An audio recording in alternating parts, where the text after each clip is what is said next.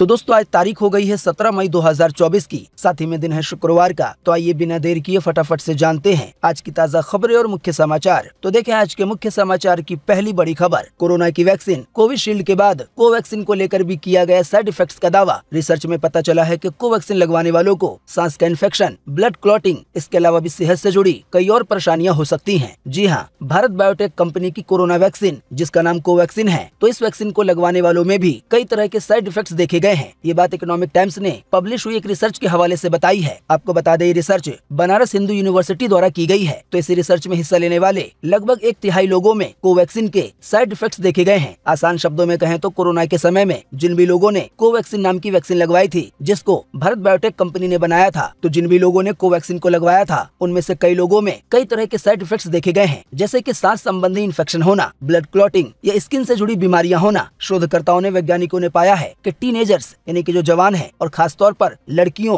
और किसी भी एलर्जी का सामना कर रहे लोगों को कोवैक्सीन से ज्यादा खतरा है। हालांकि आपको बता दें, कुछ दिन पहले कोवैक्सीन बनाने वाली कंपनी यानी कि भारत बायोटेक ने कहा था कि उनकी बनाई हुई वैक्सीन पूरी तरह से सुरक्षित है। बाकी आप नहीं जानते हैं तो आपको बता दें कि पीएम मोदी ने भी इसी कोवैक्सीन के 2 डोज लगवाए थे। बात यह है कि अभी हाल ही में कुछ दिन पहले कोरोना की जो एक और वैक्सीन है कोविशील्ड के नाम से, उसके बारे में कोर्ट के अंदर कंपनी द्वारा ये एक्सेप्ट किया गया कि इसके जरिए कई तरह के साइड इफेक्ट्स देखे जा रहे हैं। तो जिस समय कोविशील्ड वैक्सीन को लेकर ये जानकारी आई, भारत बायोटेक कंपनी ने कहा था कि उनकी जो वैक्सीन है कोवैक्सीन के नाम से, ये बिल्कुल सुरक्षित है। हालांकि अभी हाल ही में बीते 1 साल के अंदर बनारस हिंदू यूनिवर्सिटी ने इस पर रिसर्च की, स्टडी की और ये पाया कि इस वाली वैक्सीन के जरिए भी, यानी कि इस वाली वैक्सीन को जिन भी लोगों ने लगवाया है उनमें भी कई तरह के साइड इफेक्ट्स देखे जा रहे हैं। कुछ साइड इफेक्ट्स तो ऐसे हैं जो सच में खतरनाक हैं। देखिए अगली खबर के, दिल्ली में जल्द शुरू होगी प्रीमियम बस सर्विस। सरकार ने 2 कंपनियों को दिए है लाइसेंस। जी हाँ, देश की राजधानी दिल्ली में जल्द ही प्रीमियम बस सर्विस शुरू होने वाली है। सरकार ने उबर और आवेश ऑपरेटर्स को इसके लिए लाइसेंस दे दिया है। उबर के एक वरिष्ठ अधिकारी का कहना है कि जल्द ही देश की राजधानी दिल्ली में सेवाएं देना शुरू कर दिया जाएगा। वहीं बताया गया है प्रीमियम बसों में सफर करने वाले लोगों को कई आधुनिक सेवाएं दी जाएंगी, जैसे कि बस के अंदर बैठे बैठे बस द्वारा ही वाईफाई की सेवा दी जाएगी। बस किस लोकेशन पे चल रही है, जीपीएस के जरिए इसकी भी जानकारी मिलेगी। इसके अलावा रिक्लाइनिंग सीट भी मिलेगी, यानी कि आप पैर फैलाकर अच्छे से टेक लगा के बैठ पाएंगे, जैसे कि सिनेमा हॉल वगैरह में होता है। वहीं बताया गया एक बस में 9 से ज्यादा लोग नहीं बैठेंगे। आसान शब्दों में कहें तो इसका नाम ही प्रीमियम बस सर्विस है। इसी वजह से बस के अंदर जितनी सीटें हैं केवल उतने ही लोग बैठेंगे। आसान शब्दों में कहें तो ये प्रीमियम बस सर्विस खास करके उन लोगों के लिए लाई जा रही है जो लोग टैक्सी वगैरह के जरिए या ऑटो के जरिए सफर करते हैं। अब जो लोग टैक्सी के बदले या ऑटो के बदले इस बस में सफर करेंगे तो इसका किराया टैक्सी के मुकाबले में कम हो सकता है। शायद आपको पता होगा, अभी इस समय दिल्ली में चाहे डीटीसी की बसें हो या दिल्ली मेट्रो हो, सभी जगहों पर बहुत ज्यादा भीड़ देखने को मिलती है। ऐसे में जो लोग थोड़ा ज्यादा पैसा खर्च कर पाएंगे तो वो लोग इन प्रीमियम बसों में सफर कर पाएंगे। वहीं बताया गया है टैक्सी की तरह आप प्रीमियम बस के लिए टिकट बुक कर पाएंगे। जानकारी तो यहाँ तक दी गई है कि ट्रेन की तरह आप प्रीमियम बस में सफर करने के लिए 1 हफ्ते पहले भी टिकट बुक कर सकेंगे। जानकारी के मुताबिक लोकसभा चुनाव होने के बाद और चुनाव का परिणाम आने के बाद देश की राजधानी दिल्ली में इस प्रीमियम बस सर्विस को शुरू किया जा सकता है। देखिए अगली खबर के, स्वाति मालीवाल से बदसलूकी केस में एफआईआर हुई दर्ज। स्वाति मालीवाल ने कहा, मेरे साथ जो हुआ वो बहुत बुरा था। जी हाँ, आम आदमी पार्टी की सांसद स्वाति मालीवाल से मुख्यमंत्री के घर पर बदसलूकी के मामले में दिल्ली पुलिस ने अभी हाल ही में बीते गुरुवार देर रात एफआईआर दर्ज की है। इसमें दिल्ली के सीएम अरविंद केजरीवाल के निजी सचिव यानी कि पीए विभव कुमार का नाम शामिल है, जो कि मुख्य आरोपी हैं। असल में विभव कुमार पर स्वाति मालीवाल ने मारपीट का आरोप लगाया है। वैसे आपको बता दें, ये घटना लगभग 3 दिन पुरानी है। 3 दिन के बाद बीते रोज दिल्ली पुलिस की एक टीम स्वाति मालीवाल के घर पे पहुंची और उनका बयान दर्ज किया। इसके बाद पुलिस ने एफआईआर दर्ज की। वहीं जानकारी के मुताबिक स्वाति मालीवाल ने दिल्ली के मुख्यमंत्री केजरीवाल के पीए विभव कुमार पे आरोप लगाया है कि जैसे ही वो मुख्यमंत्री आवास पे पहुंची तो कुछ बात को लेकर बहस हुई। इसके बाद केजरीवाल के पीए ने स्वाति मालीवाल को गाली वगैरह दी, अभद्रता की, बदतमीजी की। स्वाति मालीवाल द्वारा तो आरोप यहाँ तक लगाया गया है कि उनके साथ मारपीट वगैरह भी की गई है, थप्पड़ वगैरह भी मारे गए हैं। कुल मिलाकर आसान शब्दों में कहें तो अगर स्वाति मालीवाल द्वारा लगाया गया आरोप सिद्ध हो जाता है तो जो केजरीवाल के निजी पीए हैं, पर्सनल पीए हैं, उनके खिलाफ कड़ी कार्रवाई हो सकती है। वहीं इसी बीच आपको बता दें कि दिल्ली के मुख्यमंत्री केजरीवाल को लेकर सुप्रीम कोर्ट का एक बड़ा बयान आया है। जैसा कि आप देख सकते हैं अगली खबर में कि केजरीवाल की जमानत पर सुप्रीम कोर्ट बोला, हमने कोई विशेष छूट नहीं दी। अभी हाल ही में ईडी ने शिकायत की थी कि केजरीवाल ऐसे भाषण दे रहे हैं कि लोगों ने अगर उनको वोट दिया तो उन्हें जेल जाना नहीं पड़ेगा। हालांकि शिकायत को कोर्ट ने कर दिया है खारिज। जी हाँ, दिल्ली शराब नीति मामले में ईडी की गिरफ्तारी के विरोध में मुख्यमंत्री केजरीवाल की याचिका पर सुप्रीम कोर्ट ने अभी हाल ही में बीते गुरुवार को सुनवाई की। कोर्ट ने केजरीवाल को जमानत देने पर कहा कि हमने उन्हें कोई विशेष छूट नहीं दी है, यानी कि जमानत देकर कोर्ट द्वारा कहा गया कि हमें ये न्याय संगत लगा, इंसाफ लगा कि चुनाव के दौरान उनको छोड़ देना चाहिए कुछ दिनों के लिए ताकि वो अपने पार्टी के लिए काम वगैरह कर पाए। इसी वजह से हमने उनको छोड़ा। हमने केजरीवाल को कोई भी खास छूट नहीं दी है। हालांकि इसी बीच कोर्ट ने यह भी कहा कि इस फैसले की जिन भी लोगों ने आलोचना की है, इस बात को पूरा समझा है, हम उसका स्वागत करते हैं। दोस्तों, ये बात कोर्ट ही कह सकता है कि हमने जो फैसला सुनाया है, अगर उसके बारे में कोई समीक्षा कर रहा है, उसके बारे में कोई आलोचना कर रहा है, इस फैसले को सही नहीं मान रहा है, पूरे मामले को देखने के बाद, तो इसका भी कोर्ट ने स्वागत किया है। दोस्तों, बात यह है कि केजरीवाल जेल से छूटने के बाद कई बार ये कह चुके हैं कि अगर जनता उन्हें वोट देती है और खास करके जो इंडी गठबंधन है, अगर वो जीत जाती है तो उनको जेल जाना नहीं पड़ेगा, और अगर वो हार जाते हैं, लोग उन्हें वोट नहीं देते हैं, तो उनको जेल जाना ही पड़ेगा। इसी वजह से ईडी यानी कि प्रवर्तन निदेशालय ने ये शिकायत की कि केजरीवाल खुल्लम खुल्ला ये बात कह रहे हैं कि अगर उन्हें वोट मिल जाता है तो उन्हें जेल जाना नहीं पड़ेगा। हालांकि शिकायत को कोर्ट द्वारा खारिज कर दिया गया। देखिए अगली खबर की पाकिस्तान में होता है हिंदू लड़कियों का अपहरण, नागरिकता मिलने पर बोली शरणार्थी भावना कि यहाँ यानी कि भारत में खुश हूँ। जी हाँ, दिल्ली के आदर्श नगर में रहने वाले पाकिस्तान से आए हिंदू शरणार्थियों को सीएए के जरिए अभी हाल ही में नागरिकता के कागजात मिल गए हैं। इस दौरान उनके चेहरों पर काफी खुशी देखने को मिली। दिल्ली के मजनू के टीला में रहने वाले पाकिस्तानी शरणार्थियों को भी सीएए के जरिए नागरिकता जल्दी दे दी जाएगी। इसी बीच पाकिस्तान की हिंदू शरणार्थी जिनका नाम भावना है, उनको भी अभी हाल ही में सीएए के जरिए नागरिकता मिली है। अब नागरिकता मिलने के बाद ये पक्का हो गया है कि उनको पाकिस्तान नहीं जाना होगा। इसी वजह से उन्होंने पाकिस्तान को लेकर खुल के अपनी बातें सामने रखी हैं। भावना ने कहा है कि पाकिस्तान में हमें बहुत ज्यादा परेशानियां थी, लड़कियां वहाँ पे पढ़ नहीं सकती थी या अपने घरों से बाहर नहीं जा सकती थी, खास करके हिंदू की लड़कियां। भावना ने यहाँ तक कहा कि मुसलमान हिंदू लड़कियों का अपहरण कर लेते हैं, किडनैप कर लेते हैं और उन्हें जबरन इस्लाम में कन्वर्ट कर देते हैं, धर्म परिवर्तन उनका कर देते हैं। हिंदू लड़कियां वहाँ कितनी डरी हुई हैं कि वो घर के बाहर भी नहीं जाती हैं कि कब क्या हो जाए। अब इसी बीच पाकिस्तान को लेकर देखें एक और खबर कि पाकिस्तान के सांसद बोले दुनिया चांद पर पहुंची और हमारे बच्चे गटर में गिरे हुए हैं। जी हाँ, आर्थिक तंगहाली के बीच पाकिस्तान के सांसद सैयद मुस्तफा कमाल ने नेशनल असेंबली में भारत की शिक्षा व्यवस्था की तुलना पाकिस्तान की शिक्षा व्यवस्था से की। उन्होंने कहा जहाँ एक तरफ दुनिया चांद पे जा रही है, वहीं दूसरी ओर कराची के बच्चे गटर में गिर के मर रहे हैं। वहीं वो आगे कहते हैं कि 30 साल पहले हमारे पड़ोसी भारत ने अपने बच्चों को वो सिखाया जिसकी आज पूरी दुनिया में मांग है। आज दुनिया भर में टॉप 25 कंपनियों के सीईओ भारतीय हैं। वहीं पाकिस्तान के सांसद आगे कहते हैं कि आज अगर भारत तरक्की कर रहा है तो उसकी वजह यह है कि वहाँ वो सिखाया गया जो जरूरी था। पाकिस्तान का आईटी एक्सपोर्ट आज 7 अरब डॉलर है, जबकि भारत का आईटी एक्सपोर्ट 270 अरब डॉलर है, यानी कि दोनों के बीच जमीन आसमान का अंतर भी कम है। पाकिस्तानी सांसद सैयद मुस्तफा ने तो यहाँ तक कहा कि इस समय पाकिस्तान की जो हालत है, तो उस हालत की वजह से नेताओं को तो नींद तक नहीं आनी चाहिए, यानी कि हालात इतने ज्यादा बदतर हो गए हैं। और दोस्तों, ये बात बिल्कुल सच है, चाहे पढ़ाई को लेकर हो या महंगाई को लेकर हो, पाकिस्तान के हालात दिन पर दिन बिगड़ते जा रहे हैं। अब तो इंटरनेट का जमाना है, यूट्यूब के वीडियो सामने आ जाते हैं, रील वगैरह सामने आ जाते हैं, जिसके जरिए ये पता चल पा रहा है कि वहाँ की जनता, जो समझदार जनता है, खुद इस बात को कबूल करती है कि पाकिस्तान के हालात बद से बदतर होते जा रहे हैं। हालांकि जो जनता जाहिल है, अभी भी किसी कट्टरपन में या किसी बहकावे में फंसी हुई है, तो वो अभी तक भी यकीन नहीं कर पाती है कि इंडिया ने इतनी तरक्की कर ली है। आपको तो कई ऐसे वीडियो मिल जाएंगे कि इंडिया के अंदर दिल्ली में या गुरुग्राम में या नोएडा में या कोलकाता या बेंगलुरु वगैरह में जो बिल्डिंगें बनी हैं, जो शहर हमारे आधुनिक हो गए हैं, उनके वीडियो देखने के बाद पाकिस्तानियों को विश्वास नहीं होता है कि ये इंडिया है। कई लोग तो सिरे से नकार देते हैं, वो कहते हैं कि ये वीडियो चाइना का है, जापान का है या अमेरिका वगैरह का है। देखिए अगली खबर के विराट कोहली से लेकर शाहरुख खान के बायकॉट की उठी मांग, फिलिस्तीन के गजा के हालातों पर चुप्पी की वजह से कई लोग नाराज हैं। सोशल मीडिया पे चलाया गया है कैंपेन ब्लैकआउट 2024। जी हाँ, गजा के रफा शहर पर इजरायली हमलों को लेकर चुप्पी साधने पर बॉलीवुड और हॉलीवुड सेलिब्रिटीज के खिलाफ सोशल मीडिया पर एक कैंपेन चलाया जा रहा है। इस लिस्ट में क्रिकेटर विराट कोहली, बॉलीवुड स्टार शाहरुख खान, आलिया भट्ट से लेकर कई सारे फेमस लोग शामिल हैं। कैंपेन के तहत इन लोगों को सोशल मीडिया पे अनफॉलो, ब्लॉक और बॉयकॉट करने की अपील की जा रही है। इसकी वजह केवल यही है, कई लोगों का ये मानना है जो कैंपेन चला रहे हैं कि इन लोगों ने गजा पर जो इजराइल द्वारा हमला किया गया, इन लोगों ने उसकी निंदा नहीं की, उसको बुरा नहीं कहा। इसकी वजह से ऐसे कई सारे स्टारों को बॉयकॉट करने की मांग की जा रही है। सोशल मीडिया पे इसके लिए ब्लॉकआउट 2024 नाम का कैंपेन चलाया जा रहा है। हालांकि इसी बीच कई लोगों का ये भी कहना है कि जिस समय हमास द्वारा इजराइल पे हमला किया गया, तो उस समय भी ऐसे कैंपेन क्यों नहीं चले। बाकी दोस्तों, आप इसी वीडियो के नीचे कमेंट बॉक्स में कमेंट करके बताएं कि सोशल मीडिया पे जो कैंपेन चलाया जा रहा है, तो क्या ये सही है कि गजा के हालातों पे ना बोलना, कोई टिप्पणी नहीं देना, इस वजह से उनका बॉयकॉट करना, चाहे वो शाहरुख खान हो, विराट कोहली हो या हॉलीवुड का कोई स्टार हो या आलिया भट्ट हो या कोई भी हो, तो क्या ऐसे लोगों का बॉयकॉट करना चाहिए या नहीं? आप लोग किसका समर्थन करते हैं, बॉयकॉट करवाने वालों का या ऐसे स्टारों का या ऐसे लोगों का जो ये कह रहे हैं केवल गजा को लेकर ऐसे कैंपेन क्यों चलाए जा रहे हैं? जब हमास द्वारा गजा से इजराइल में हमला किया गया और हमले की शुरुआत की गई, तो उसको लेकर कैंपेन क्यों नहीं चला कि उस पर जिन लोगों ने नहीं बोला उनको भी बॉयकॉट किया जाए? तो ये दोहरा व्यवहार क्यों? आपको इन सभी तर्कों में किसका तर्क बेहतर लगता है? आप अपना जवाब इसी वीडियो के नीचे कमेंट बॉक्स में लिख सकते हैं। बाकी इजराइल को लेकर देखें एक और बड़ी और ताजा खबर कि गजा के राफा में हमला करके फंस गया है इजराइल। अंतर्राष्ट्रीय कोर्ट ने सुनवाई शुरू कर दी है इजराइल के खिलाफ। जी हाँ, संयुक्त राष्ट्र की शीर्ष अदालत ने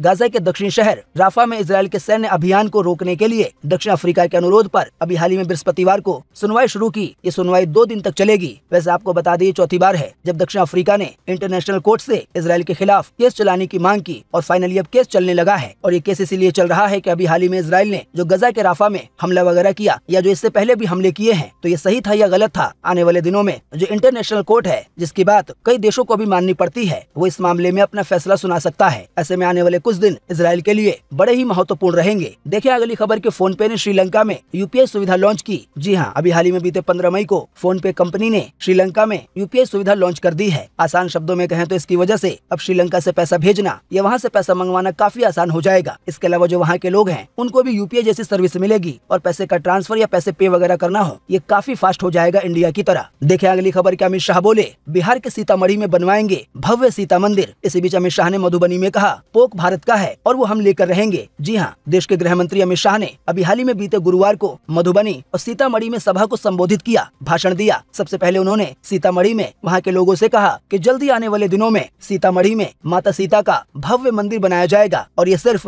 नरेंद्र मोदी ही बनवा सकते हैं। इसी बीच उन्होंने लालू यादव, तेजस्वी यादव और कांग्रेस पार्टी पर जम के निशाना साधा। यहाँ तक कहा कि अगर ऐसा मान लिया जाए कि जो इंडी गठबंधन है अगर वो जीत जाती है लोकसभा चुनाव, तो आखिर वो प्रधानमंत्री किसको बनाएंगे, पूरी खिचड़ी बनी हुई है। इसके बाद अमित शाह ने मधुबनी में भी लोगों को संबोधित किया। इसी बीच उन्होंने कहा कि जो पोक है यानी कि पाकिस्तान के कब्जे वाला जो कश्मीर है वो हमारा है और हम उसको एक दिन लेकर ही रहेंगे। देखें अगली खबर, पीएम मोदी बोले मेरी लड़ाई भ्रष्टाचार के खिलाफ है। मैं डंके की चोट पर कहता हूँ कि जब तक मोदी जिंदा है धर्म के आधार पर आरक्षण नहीं होगा। जी हाँ, पीएम मोदी ने अभी हाल ही में बीते गुरुवार को एक इंटरव्यू में फिर से ये बात दोहराई है कि मैं भ्रष्टाचार के खिलाफ लड़ रहा हूँ। इसी बीच पीएम मोदी ने ये बात भी दोहराई कि जब तक मोदी जिंदा है तब तक धर्म के आधार पर आरक्षण नहीं दिया जाएगा। धर्म की वजह से भेदभाव करते हुए किसी को भी आरक्षण नहीं मिलेगा। वहीं आपको बता दें पीएम मोदी ने ये भी कहा कि भारत के सुप्रीम कोर्ट ने लगभग 2 दर्जन बार कहा है कि देश के अंदर यूसीसी लाओ यानी कि यूनिफॉर्म सिविल कोड। वैसे दोस्तों आप नहीं जानते हैं तो आपको बता दें, सुप्रीम कोर्ट ने ये जो बात कही है कि यूसीसी पर कानून बनाया जाए, चाहे तलाक के मुद्दे हैं, शादी के मुद्दे हैं, तलाक के बाद पत्नी के खर्चे पानी का क्या होगा, ये जो माता पिता की संपत्ति है उसको कैसे बांटा जाए, इन सभी चीजों पर सुप्रीम कोर्ट ने जो कई बार सरकार को कहा है कि इस पे कानून बनाओ, तो ये बात सुप्रीम कोर्ट द्वारा केवल बीते 10 सालों में नहीं कही गई है। जानकारी के मुताबिक ये बात जब से देश आजाद हुआ है, तो जब जब ऐसे मुद्दे आते हैं कि कोई फैसला धर्म के रीति रिवाज के खिलाफ देना पड़ता है, तो ऐसे में जो महिला मांग कर रही होती है कि हमें इंसाफ दिया जाए, क्योंकि इंडिया के अंदर, भारत के अंदर धर्म के आधार पर कोई भेदभाव नहीं किया जाएगा। हालांकि वहीं दूसरी ओर संविधान के आर्टिकल 25, 26 और 27 में धर्म पे चलने का, धर्म को मानने का जिक्र है। तो जब इन दोनों चीजों में क्लैश होता है, टकराव होता है, तब सुप्रीम कोर्ट ये कहता आया है, चाहे बात 20 साल पहले की हो, 30 साल पहले की हो, तो सुप्रीम कोर्ट खुद ये कई बार कह चुका है कि सरकार यूसीसी पर कानून लाए ताकि धार्मिक रीति रिवाज या धर्म के हिसाब से जो फैसले होते हैं और जो देश का संविधान है इसमें जो टकराव होता है, किसी को इंसाफ देते समय वो टकराव होना बंद हो जाए। तो ऐसे में पीएम मोदी द्वारा या बीजेपी पार्टी द्वारा ये जो बात कही जा रही है यूसीसी को लेकर बार बार, तो अगर इस बार पीएम मोदी की सरकार बन जाती है तो जो यूसीसी है उसको लागू किया जा सकता है। हालांकि आपको बता दें, जो यूसीसी कानून है वो बिल्कुल भी ऐसा नहीं करेगा कि सभी धर्मों को हटा दे, बल्कि इसके अंदर कई तरह के ऑप्शन भी रखे जाएंगे ताकि धार्मिक लोग अगर चाहें तो अपना फैसला इस कानून के तहत करवाएं या न करवाएं, ऐसे कई कंडीशन लगाए जाएंगे। हालांकि यूसीसी पर आने वाले कुछ महीनों में या कुछ सालों में अगर बीजेपी की सरकार बन जाती है तो इस पे काफी कुछ काम हो सकता है। देखिए अगली खबर कि अरविंद केजरीवाल ने पंजाब में रोड शो निकाला। इसी बीच वो बोले 15 दिन तक मुझे इंसुलिन नहीं दी गई, झाड़ू का बटन दबाओगे तो मुझे जेल जाना नहीं पड़ेगा। जी हाँ, ये वही बात है जिसके बारे में अभी हमने आपको बताया कि ईडी ने कोर्ट में शिकायत की थी कि बार बार जहाँ पर केजरीवाल जनता को संबोधित कर रहे हैं तो ये कह रहे हैं कि अगर आपने झाड़ू का बटन दबाया, मेरे को वोट दिया और INDI गठबंधन मजबूत हो गई तो उनको जेल जाना नहीं पड़ेगा, लेकिन अगर वो हार जाते हैं तो उन्हें जेल जाना ही पड़ेगा। इसी बीच केजरीवाल का एक और बयान सोशल मीडिया पर बड़ी तेजी से वायरल हो रहा है। वो ये है कि अभी हाल ही में उन्होंने बीते ही रोज कहा है कि जैसे ही बीजेपी पार्टी जीतेगी तो जो यूपी के मुख्यमंत्री हैं योगी आदित्यनाथ, उनको उनके पद से हटा दिया जाएगा और यूपी का मुख्यमंत्री कोई और बनेगा। हालांकि आपको बता दें उन्होंने इसके लिए कोई सबूत वगैरह पेश नहीं किए हैं, लेकिन उन्होंने इस बात का दावा कर दिया है। वैसे आपको बता दें ये बात केजरीवाल इससे पहले भी कर चुके हैं और अब इसी पर यानी कि केजरीवाल के इस दावे पर सीधे सीएम योगी आदित्यनाथ का जवाब आया है। योगी आदित्यनाथ ने कहा है कि केजरीवाल की बुद्धि भी भ्रम में पड़ गई है। जेल में जाकर उनको लगता है कि अब कभी बाहर आना नहीं है। उनको मुख्यमंत्री पद का इतना लालच हो गया है कि वो अपने आप को मेरे साथ जोड़ने का प्रयास कर रहे हैं। ये उनके केवल जेल जाने का रिएक्शन है, ऐसा कुछ भी नहीं है कि उनको मुख्यमंत्री के पद से हटाया जाएगा। ये केवल केजरीवाल का दावा है। देखें अगली खबर, 85,700 रुपए के साथ ऑल टाइम हाई पर पहुंची चांदी, 1 लाख तक जा सकती है कीमत। जी हाँ, चांदी ने अभी हाल ही में बीते 16 मई को अपना ऑल टाइम हाई बनाया, यानी कि चांदी बीते रोज इतनी महंगी हुई, कितनी महंगी चांदी दुनिया भर के इतिहास में कभी नहीं हुई थी। बीते रोज 1 किलो चांदी का दाम 85,700 रुपए हो गया और चांदी अब तक इतनी महंगी कभी भी नहीं हुई थी। वहीं एक्सपर्ट्स के मुताबिक अगले साल में इसका दाम 1 लाख रुपए किलो तक जा सकता है, यानी कि फिर 1 किलो चांदी के लिए 1 लाख रुपए तक देने पड़ सकते हैं। देखें अगली खबर की राखी सावंत अस्पताल में हुई भर्ती, पेट में ट्यूमर, किडनी खराब, हार्ट प्रॉब्लम। इसके अलावा ये भी कहा गया है कि कैंसर की जांच चल रही है। जी हाँ, राखी सावंत की तबीयत खराब होने के चलते मुंबई के एक अस्पताल में उनको भर्ती करवाया गया। उनके पुराने हस्बैंड रितेश सिंह की माने तो उनकी हालत काफी गंभीर है। उन्होंने एक इंटरव्यू में बताया है कि राखी सावंत एक साथ कई गंभीर बीमारियों का सामना कर रही हैं। उनको पेट में ट्यूमर की परेशानी है, किडनी खराब हो गई है और हार्ट प्रॉब्लम की भी दिक्कत है। इसके अलावा कैंसर की भी अभी जांच चल रही है। देखें अगली खबर के आईपीएल के बाद वर्ल्ड कप में टीम इंडिया क्यों फेल हुई। भास्कर के सवाल पर हरभजन सिंह बोले, हमारे खिलाड़ी थक जाते हैं। जी हाँ, आईपीएल होने के बाद जो वर्ल्ड कप होता है उसमें जब टीम इंडिया कई बार अच्छा परफॉर्म नहीं कर पाती है, वर्ल्ड कप से बाहर हो जाती है, तो इसके बारे में हरभजन सिंह ने कहा है कि असल में आईपीएल खेलकर हमारे खिलाड़ी थक जाते हैं और इस वजह से वो वर्ल्ड कप वगैरह में सही से प्रदर्शन नहीं कर पाते हैं, यानी कि आईपीएल एक बड़ी वजह है। देखिए अगली खबर के 4 धाम यात्रा में अब तक 11 श्रद्धालुओं की जान गई। भीड़ बढ़ने की वजह से व्यवस्थाएं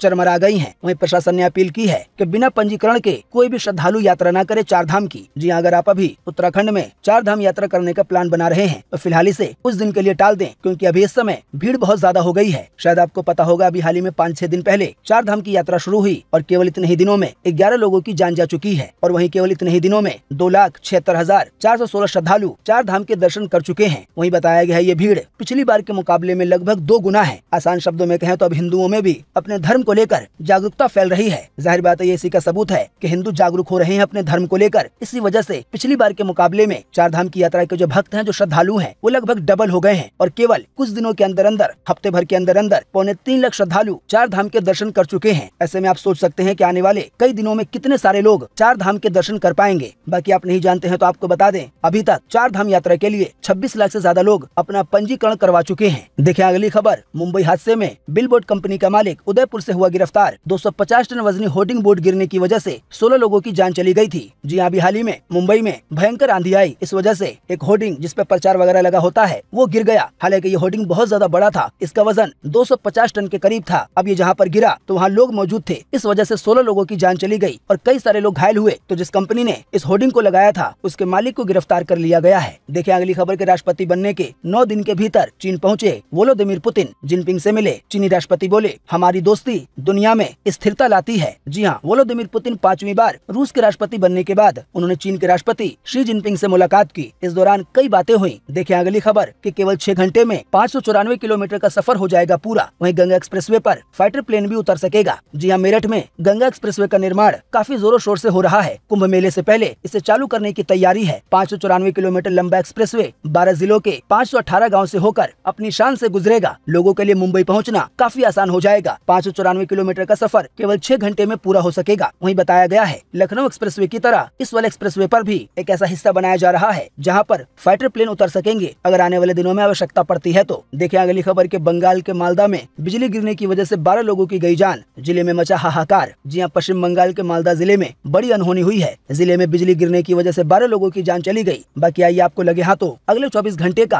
यानी कि 17 मई 2024 का मौसम का हाल बताते हैं, खास करके बारिश को लेकर। तो स्काईमेट वेदर के मुताबिक अगले 24 घंटे के दौरान तेलंगाना, तटीय कर्नाटक, आंतरिक तमिलनाडु, केरल, लक्षद्वीप के कुछ हिस्सों और अंडमान निकोबार द्वीप समूह में हल्की से मध्यम बारिश के साथ कुछ जगहों पे भारी बारिश की उम्मीद है। इसके अलावा दक्षिणी छत्तीसगढ़, दक्षिणी उड़ीसा, तमिलनाडु, आंतरिक कर्नाटक, आंध्र प्रदेश, सिक्किम और अरुणाचल प्रदेश में भी हल्की से मध्यम बारिश आज हो सकती है। इसके अलावा भी पूर्व उत्तर भारत, विदर्भ, मराठवाड़ा, दक्षिण मध्य महाराष्ट्र और गुजरात में भी आज हल्की बारिश की संभावना है। इसके अलावा आपको बता दें कि पंजाब, हरियाणा, दिल्ली, उत्तर प्रदेश और बिहार के ज्यादातर हिस्सों, साथ ही में झारखंड और छत्तीसगढ़ और राजस्थान में भी मौसम लगभग सूखा बना रहेगा और इन क्षेत्रों में तापमान और बढ़ सकता है। इस वजह से गर्मी का प्रकोप बढ़ेगा। वहीं गुजरात, राजस्थान और पंजाब के कुछ हिस्सों और हरियाणा में लू चलने की संभावना है, तो यहाँ के लोग सावधान रहें। देखें अगली खबर के वोडाफोन आइडिया को चौथी तिमाही में 7,674 करोड़ का हुआ घाटा। आय 10,606 करोड़ रुपए रही। जी हाँ, अभी हाल ही में चौथी तिमाही में वोडाफोन आइडिया को 7,674 करोड़ रुपए का घाटा हुआ है। बाकी शायद आप जानते होंगे आने वाले कुछ महीनों में जो भी टेलीकॉम कंपनियां हैं, चाहे वो वोडा आइडिया है यानी कि चाहे वो वीआई है या जियो है या एयरटेल है, ये सभी कंपनियां जो रिचार्ज प्लान के दाम है उसको बढ़ा सकती हैं। 2 से 3 बार ये रिपोर्ट आ चुकी है। वैसे भी कंपनियों को घाटा लग रहा है तो काफी उम्मीद बढ़ गई है कि आने वाले दिनों में रिचार्ज महंगे हो जाएंगे। देखें अगली खबर के तीसरी बार टली